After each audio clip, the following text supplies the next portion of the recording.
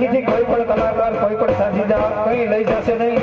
સમગ્ર પૈસો મંદિરમાં વાપરવામાં આવશે। તો ખાસ એની નોંધ લેશો। તમને જય ભક્તનાથ રાજા આયુર્ભાઈ શક્તિ આપી હોય એવી વરાત રહેજો।